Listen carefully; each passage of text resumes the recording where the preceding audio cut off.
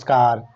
चलिए, आज जो चैप्टर हमने पढ़ा था, स्वागत है आप सबका एक बार फिर आपके अपने स्टडी टाइम में। आज हम कृषि चैप्टर का जो मैपिंग करना सीखेंगे। हमने पढ़ा था कृषि जो चैप्टर 4th है कक्षा 10 का, उसमें मैपिंग करते हैं। तो यहाँ पे प्रश्नों को आप सुनते रहेंगे और उसको आप करते जाएंगे। तो कह रहा है गेहूं का सबसे बड़ा उत्पादक देश हमको कह रहा है, तो पहले हमको पता होना चाहिए कि गेहूं का सबसे बड़ा उत्पादक देश कौन सा है। तो उत्पादक राज्य, सॉरी माफ कीजिएगा, गेहूं का सबसे बड़ा उत्पादक राज्य कौन सा है।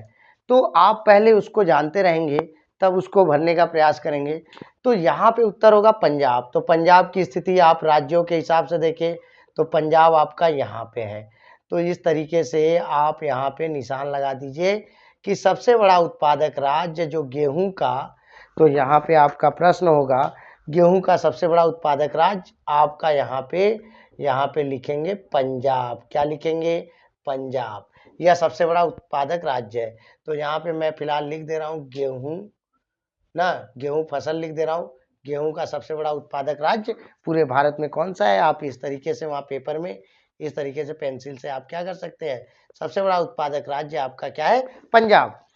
नेक्स्ट क्वेश्चन कह रहा है कि सर्वाधिक जूट उत्पादक राज्य कौन सा है। अब जूट हमने पढ़ा था रेशेदार फसलों को, जूट जो यह सबसे ज्यादा पश्चिम बंगाल में। तो इसका उत्तर क्या होगा? पश्चिम बंगाल।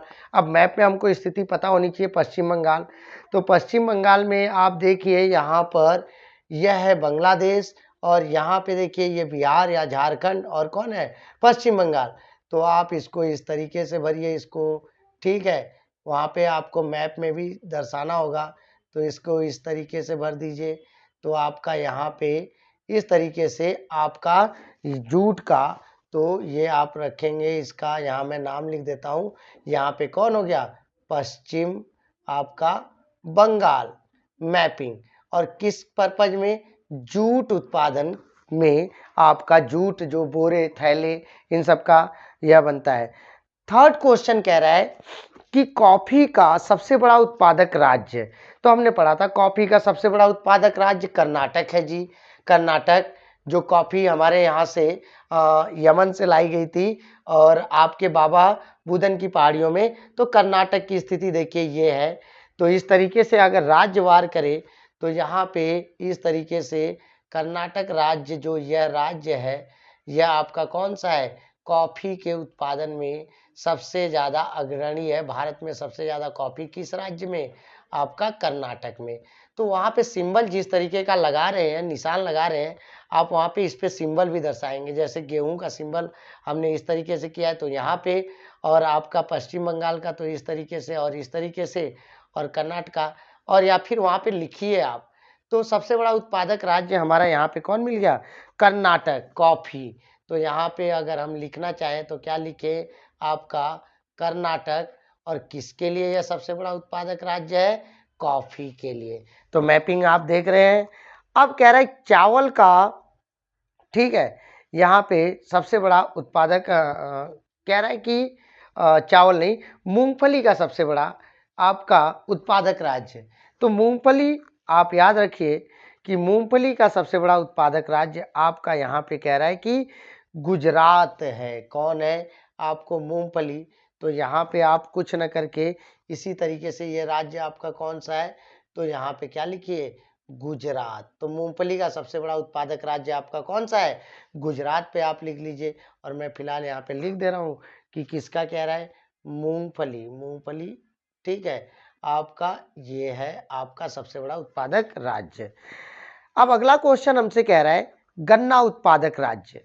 गन्ना उत्पादक, तो हमारा उत्तर प्रदेश कहीं दिख रहा है। तो ये उत्तर प्रदेश, पूरे उत्तर प्रदेश में गन्ना उत्पादन में उत्तर प्रदेश सबसे प्रथम है। दूसरे नंबर पे महाराष्ट्र है। तो गन्ना उत्पादन के लिए अगर हम देखें तो यहाँ पे देखिए ये सहारनपुर का सबसे ज़्यादा इलाका इस जगह पे है, सबसे ज़्यादा उत्पादन होता है। लेकिन ओवरऑल यहाँ राज्य पूछ रहा है, तो गन्ना उत्पादन का राज्य अगर हमको दर्शाना है तो गन्ना उत्पादक का राज्य, इसमें पूरा आप क्या कर दीजिए, इस तरीके से आप इसको इस तरीके से कलर कर दीजिए या इस तरीके से भर दीजिए ताकि सबसे अलग दिखाई दे। तो गन्ना उत्पादक राज्य आपका कौन सा है? यह आपका उत्तर प्रदेश। ठीक है, उत्तर प्रदेश में अगर देखा जाए तो सबसे ज़्यादा मेरठ, सहारनपुर, इन सब आसपास के इलाकों में, हालांकि ओवरऑल पूरे यूपी में यह गन्ना उत्पादन होता है।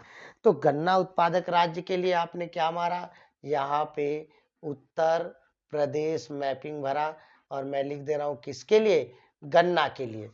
अब आगे कह रहा है कि आपको यहां पर कह रहा है कि रबड़ उत्पादक राज्य, तो रबड़ उत्पादक राज्य तो केरल, तो केरल देखिए आपका कहाँ है, तो यहाँ पे अब देखिए इस तरीके से हमने डॉट डॉट कर लिया है। तो इसको थोड़ा सा अलग दिखने के लिए अब हम इस तरीके से खड़ी लाइनों का प्रयोग करेंगे।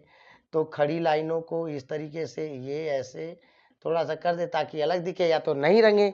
तो ये आपका कौन सा हो गया, तो यहाँ पर आपने क्या लगा दिया कि भैया यहाँ पे केरल जो पूरे आपके भारत में यह किस चीज का, रबड़, प्राकृतिक रबड़ के उत्पादन में यह सबसे अधिक है।